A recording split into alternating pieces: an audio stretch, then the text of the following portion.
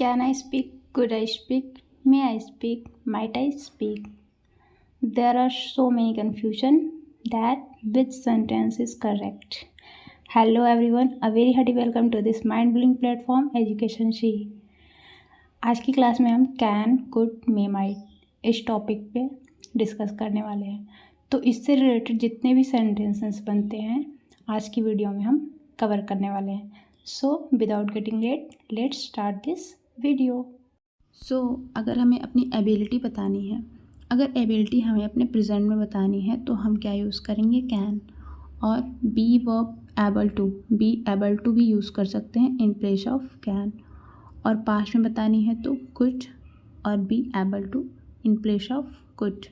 और फ्यूचर में बतानी है तो विल बी एबल टू। तो आगे हम इसको एग्जाम्पल से समझते हैं।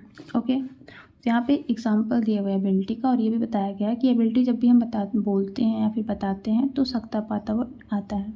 फॉर एग्जाम्पल, मैं क्रिकेट खेल सकता हूँ या फिर मैं क्रिकेट खेल पाता हूँ। मैं क्रिकेट खेल सकता था, मैं क्रिकेट खेल पाता था।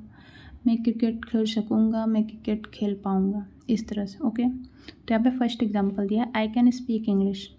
इट मीन्स मैं अंग्रेजी बोल सकता हूँ या फिर मैं अंग्रेजी बोल पाता हूँ। I am able to speak English, इसका भी सेंस वही है कि मैं इंग्लिश बोलने में समर्थ हूँ, मतलब मैं एबल हूँ। ओके, नेक्स्ट है यू कुड स्पीक इंग्लिश, आप इंग्लिश बोल सकते थे। You were able to speak English, यहाँ पे वर क्यों हुआ? क्योंकि ये पास्ट में है तो हमें बी वर्ब का पास्ट यूज़ करना। बी वर्ब में पास्ट क्या होता है? वॉज वर होता है। और अगर हमें अपनी एबिलिटी फ्यूचर के लिए बतानी है तो हम इस तरह से बोलेंगे, I will be able to. Okay, ये यूज़ करेंगे। यहाँ पे एग्जांपल दिया हुआ है, next year I will be able to speak English, अगले साल मैं इंग्लिश बोल सकूँगा या फिर मैं अंग्रेजी बोल पाऊँगा।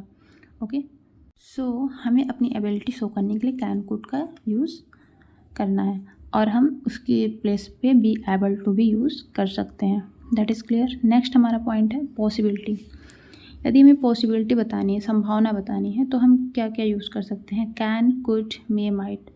कुछ लोगों को डाउट है कि कैन सिर्फ एबिलिटी शो करने के लिए किया जाता है। हाँ, ये सही बात है, बट अगर आप कैन पॉसिबिलिटी में यूज़ करते हैं तो वो ग्रामेटिकली रॉन्ग नहीं है। ओके, तो अपने मन से ये डाउट निकाल दीजिए कि कैन केवल एबिलिटी शो करने के लिए यूज़ किया जाता है। ठीक है, चलिए इस पॉइंट को हम एग्जाम्पल से समझते हैं। तो यहाँ पे एग्जाम्पल दिया है पॉसिबिलिटी का और इसमें दिया है वर्ड सकता। और पॉसिबिलिटी वाले सेंटेंसेस में सकता वर्ड आएगा, जैसे मैं कल दिल्ली जा सकता हूँ, मैं कल मूवी देखने जा सकता हूँ, आज बारिश हो सकती है, आज पापा घर आ सकते हैं। ठीक है, तो यहाँ पे फर्स्ट सेंटेंस दिया है, tomorrow I can go to Delhi, मैं कल दिल्ली जा सकता हूँ। Tomorrow I could go to watch a movie, मैं कल मूवी देखने जा सकता हूँ। इट मे रैन टुडे, आज बारिश हो सकती है। Tomorrow I might go to dance class, मैं कल डांस क्लास जा सकती हूँ। तो इस तरह से हम कैन, कुड, मे, माइट का यूज़ पॉसिबिलिटी के लिए कर सकते हैं। ओके, नेक्स्ट हमारा पॉइंट है रिक्वेस्ट एंड परमिशन के लिए। सो रिक्वेस्ट एंड परमिशन के लिए हम कैन, कुड और मे का यूज़ करते हैं, बट अगर हमें फॉर्मल मैनर में परमिशन मांगना है तो हम कुड और मे का यूज़ करेंगे, और अगर इनफॉर्मल मैनर में परमिशन मांगना है तो कैन का यूज़ करेंगे।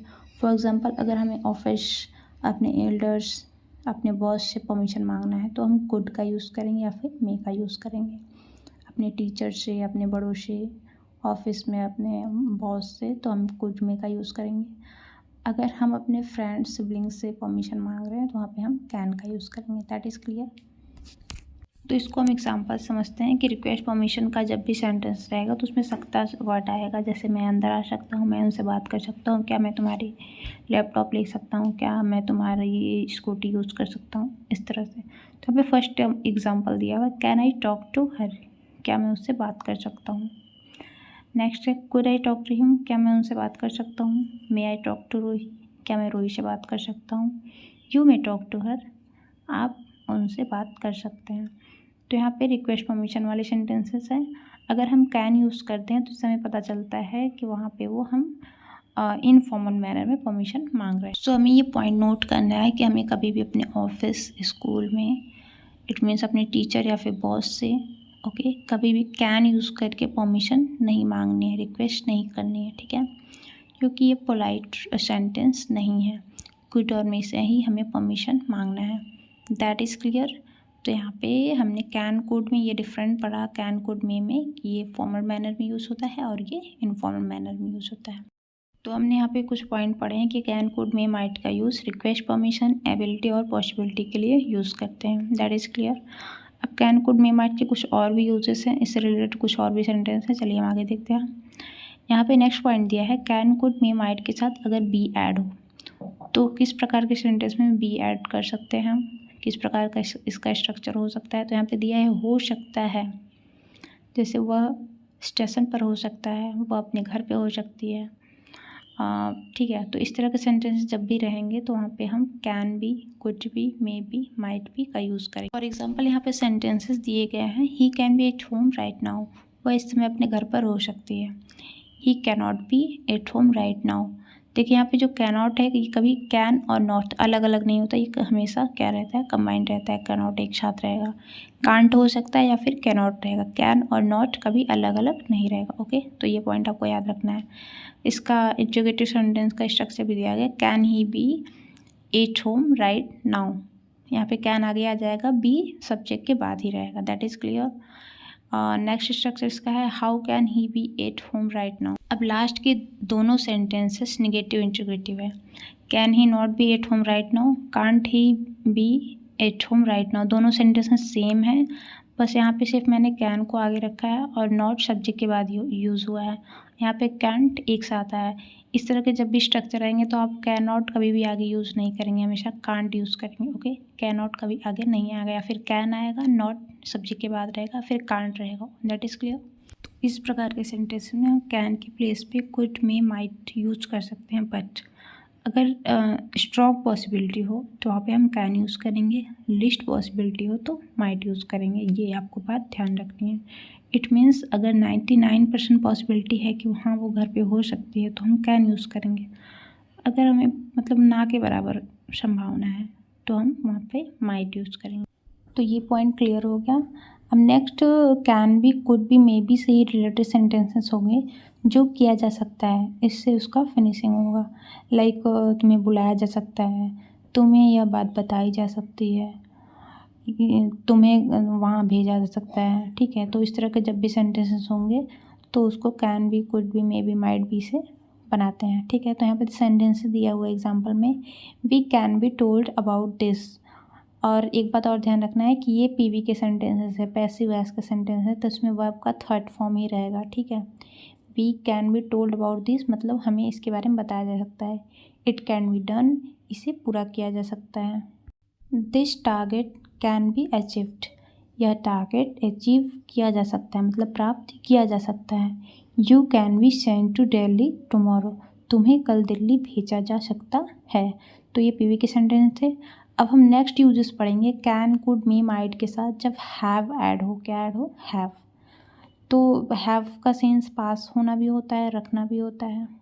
सो जब भी कोई सेंटेंस पास हो सकता है, इस तरह के स्ट्रक्चर का हो, तो उससे हम can have, could have, may have, might have से बनाते हैं। यहाँ पे सेंटेंस में दिया हुआ है, we may have good command over English if we work hard. ये कंबाइंड सेंटेंस है। इट मीन्स यदि हम कठिन परिश्रम करते हैं तो हमारा इंग्लिश पर अच्छा कमांड हो सकता है। होना मतलब पास हो सकता है। ठीक है, he could have a car next year, उसके पास अगले वर्ष एक कार हो सकती है। Those people can have pens, उन लोगों के पास पेन हो सकते हैं। I might have a beautiful house, मेरे पास एक खूबसूरत घर हो सकता था। तो ये था कैन, कुड, मे, माइट के साथ जब हैव यूज़ करना हो और वहाँ पे सेंस पास हो सकता है आए तो वहाँ पे हम इसका उपयोग करते हैं। इसका सेकेंड यूजेस है जब कुड, मे, माइट के साथ हैव यूज़ हो लेकिन वो काल्पनिक तौर पे हो, मतलब हम पास्ट में कोई काम कंप्लीट करने की कल्पना सिर्फ करें। लाइक एग्जाम्पल समझते हैं, we could have helped each other that day, हम उन दिनों एक दूसरे की मदद कर सकते हैं। You could have told me about it, तुम मुझे इसके बारे में बता सकते थे। He could have met me that day but he was busy, वह उन दिनों मुझसे मिल सकता था लेकिन यह व्यस्त था। तो ये कोई भी काम कंप्लीट नहीं हुआ है, बस पास्ट में इसके कंप्लीट होने की कल्पना की जा रही है। तो इस प्रकार जब भी सेंटेंसेस हो तो उसमें कुड में माइट के साथ हैव यूज़ करते हैं। नेक्स्ट हमारा सेंटेंसेस है जब कुड में माइट के साथ हैव बीन यूज़ किया जाए और वहाँ पे सेंटेंस का एंडिंग किया जा सकता था इस प्रकार से हो। तो इसके एग्जांपल से हम समझते हैं। फर्स्ट एग्जांपल है you could have been sent to Mathura, तुम्हें मथुरा भेजा जा सकता था। I could have been called, मुझे बुलाया जा सकता था। They might have been asked, उनसे पूछा जा सकता था। तो ये पीवी के सेंटेंसेस थे और इसमें वर्ब का थर्ड फॉर्म यूज होता है। अब हैव बीन से ही रिलेटेड एक अलग सेंटेंस होता है, वो इस प्रकार से होता है कि could have been, may have been, might have been होगा, लेकिन वहाँ पे सेंस हो सकता था का होगा। एग्जाम्पल से देखते हैं। They may have been your relative, वे तुम्हारे रिलेटिव हो सकते थे। It could have been very risky, यह बहुत ही रिस्की हो सकता था। He could have been in his office, वह अपने ऑफिस में, अपने दफ्तर में हो सकता था। तो इसमें वर्ब नहीं आएगा, दोनों में डिफरेंट यही है कि उसमें वर्ब रहता है, वो पीवी के सेंटेंसेस होते हैं और इसमें वर्ब नहीं होगा। ठीक है, तो ये दोनों टॉपिक क्लियर हो गया। नेक्स्ट हमारा है जब कुड मेक के साथ हैव टू आए, इट मीन्स करना पड़ सकता है। जब इस प्रकार का सेंटेंस हो तो वहाँ पे कुड या फिर मे के साथ हैव टू यूज़ करते हैं। Like you could have to meet him today, आज तुम्हें उससे मिलना पड़ सकता है। नेक्स्ट है जब कुड मे के साथ हैव हैड टू आए, मतलब सेंटेंस का एंडिंग करना पड़ सकता था या फिर करना पड़ जाता, इससे हो। एग्जाम्पल में दिया you could have to meet him, मतलब तुम्हें उससे मिलना पड़ सकता था या फिर मिलना पड़ जाता। आज की वीडियो में हमने कैन, कुड, मे, माइट को ऑलमोस्ट कवर कर लिया है। Thanks for watching this video. Don't forget to like, share and comment. अगर आप चैनल पर नए हो तो चैनल को सब्सक्राइब करना बिल्कुल ना भूलिएगा। Thank you, have a nice day.